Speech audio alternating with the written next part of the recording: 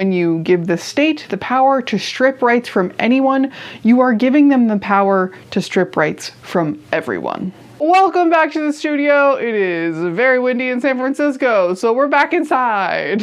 The Trump administration just published a new memo all about how we should force disabled people back into institutions. As Mother Jones reporter Julia Matreau put it, the memo argues that federal civil rights and disability rights statutes increase homelessness, a claim that likely signals a push to expand institutionalization in restrictive psychiatric facilities. That integration mandates from Olmstead and the Americans with Disabilities Act drive up homelessness, and that a return to long-term institutionalization is a humane structural fix. One line from the memo that really stuck with me was, Justice Kennedy observed that patients prematurely released from inpatient care frequently end up homeless or even incarcerated. Now, this is the kind of claim we can do research on. In the literature, this is called the hydraulic hypothesis. Way back in 1939, this British psychiatrist named Lionel Penrose publishes a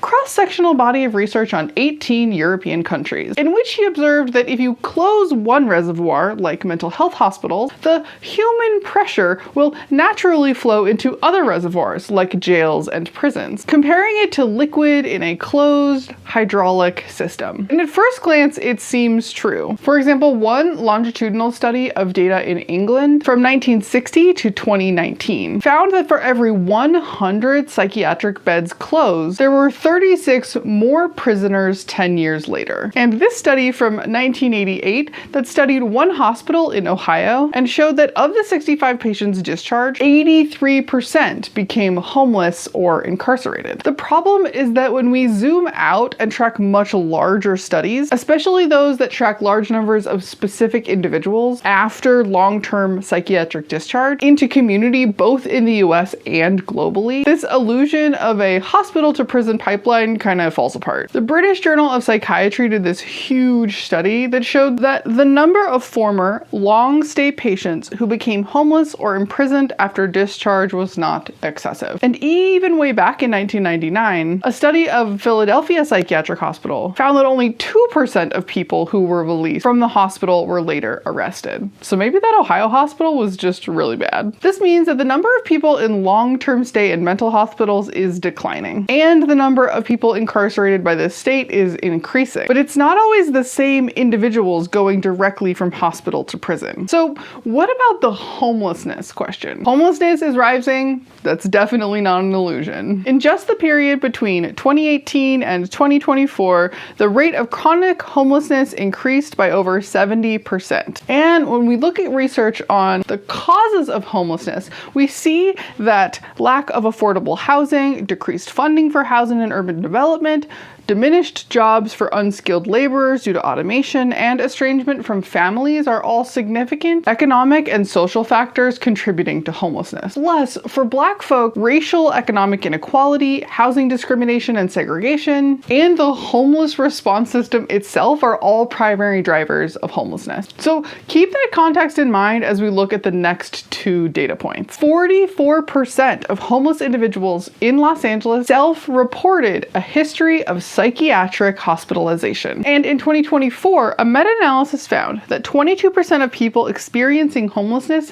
had serious mental illness and 67% had some mental health disorder. Now, when you hear a big number like 67% of people experiencing homelessness have a mental health disorder, it's really easy to jump to the conclusion that psychiatric conditions cause homelessness and institutionalization is the cure. But actually, it's a two-way street. There is strong bidirectional association between psychiatric disabilities and homelessness, meaning people with psychiatric disabilities are more likely to experience homelessness, but also that people who experience homelessness were more likely to acquire one. Wait, just stop. You're doing the thing again.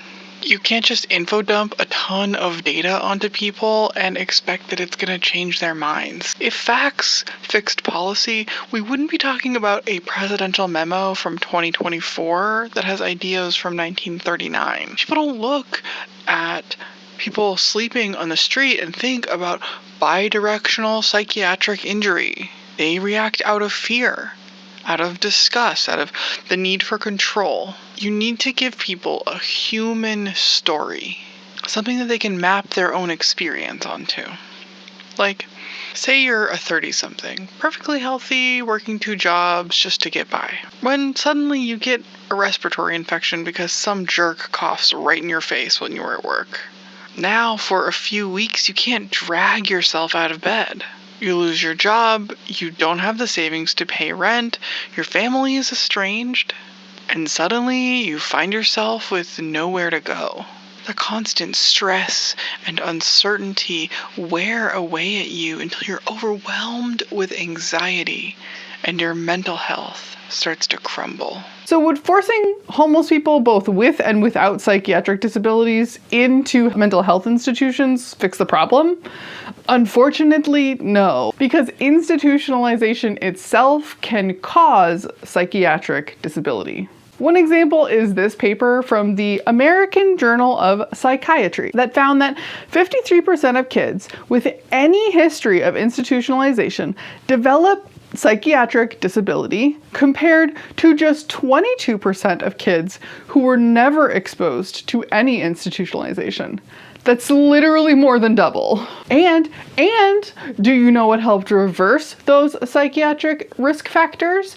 Transferring those kids to foster care in community with families. But maybe you only care about adults. Unfortunately, in adults, people who experienced longer stays in mental health institutions were more likely to experience functional difficulties and reinstitutionalization to another facility, rather than being able to live independently in the community after they were released. This is because prolonged stays in mental health hospitals negatively affect family foundations, community networks, and skills. So even when residential treatment is effective for some conditions some of the time, we still need a model of care that transitions people from hospitalization to a community setting. They still need housing and jobs and care workers making sure they take their meds, because it turns out remembering to take your meds is kind of the core of this issue. By the way, if you're watching this video and you would like to support my work, please support me on Patreon. I literally cannot keep this going alone. And if you know of a brand that you think would be a good partner to support deep insights about current technology, disability, and culture, please let me know in the comments. Okay, let's get back to it. Remember that study I mentioned earlier about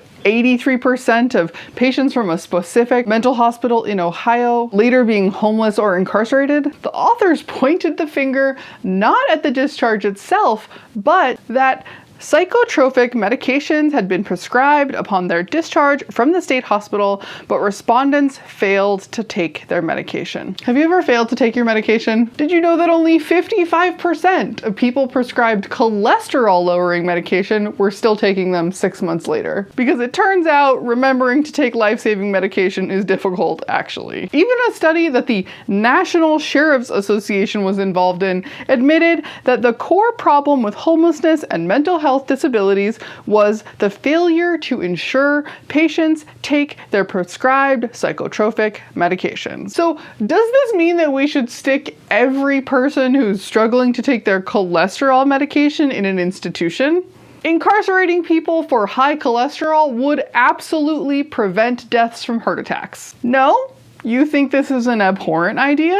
Then why is it okay for some health conditions but not others? Because you can see it, that's the difference. Forgetting to take cholesterol medication means people die of heart attack, but forgetting to take psychiatric medication puts people on the street where you can see them. And we know that timely outpatient follow-up care after hospitalization for mental illness increased subsequent acute care use, keeping people out of the emergency room and long-term hospitalization. And that fragmented care models that transferred patients between 2 or even 3 treatment settings and caregiving teams within a short period of time lead to higher rates of readmission than continuity care models that facilitate long-term, in-depth care with a consistent care team. We know all of this, and yet we are living with a system designed to fail. Wait, stop. It's me again. Who are you talking to here?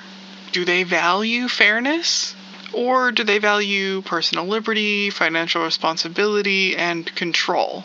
I need to know why someone who thinks this is irrelevant to them, that nothing like this would ever happen to them, why they would actively fight chucking people into asylums. I feel like every video is just me trying to claw back just an ounce of nuance into discussions of technology and disability and culture. So let me just add this one to the pile. This is not an individual disabled person problem.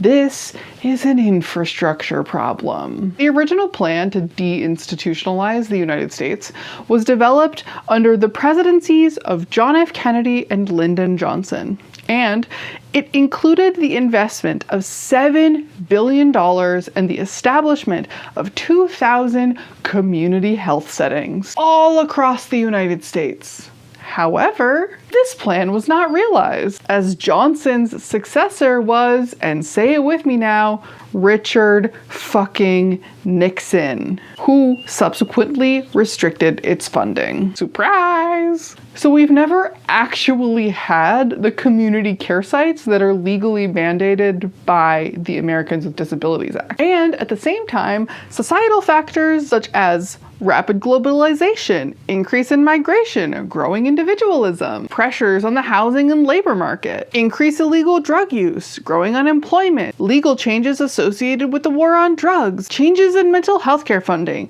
restricted changes in Medicare, Social Security and disability payment systems, and the reduction in low-cost housing could all have contributed to the increase in people with mental health conditions ending up homeless and imprisoned in the United States. And now I know some of y'all are gonna scream slippery slope fallacy at me, but when the government creates a legal mechanism that allows for the involuntary deprivation of liberty based on subjective or elastic criteria, the administrative apparatus almost always expands to abuse that mandate. And look, if you hate disabled people and you don't give a shit what happens to us, the administration will inevitably stretch the meaning of mental health disorder to target political dissonance, marginalized groups, and undesirables. In the mid-20th century, the Soviet Union created just such a diagnostic criteria. It's called sluggish schizophrenia, and it was defined as a form of schizophrenia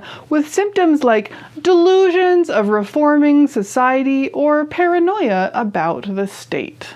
If the Trump administration can legally imprison someone for having schizophrenia or a personality disorder or major depression or anxiety, the label will be misused. We saw this with ICE last year. Immigration enforcement became US citizens murdered for constitutionally protected actions, became kids of immigrants behind bars or literally lost, became the normalization of unconstitutional checkpoints, warrantless searches, and a military bureaucracy that answers to no one. Proving that when you give the state the power to strip rights from anyone, you are giving them the power to strip rights from everyone. Even talking about this online puts me at higher risk of surveillance, so support me on Patreon so I can keep bringing you deep research on current topics. All right, bye!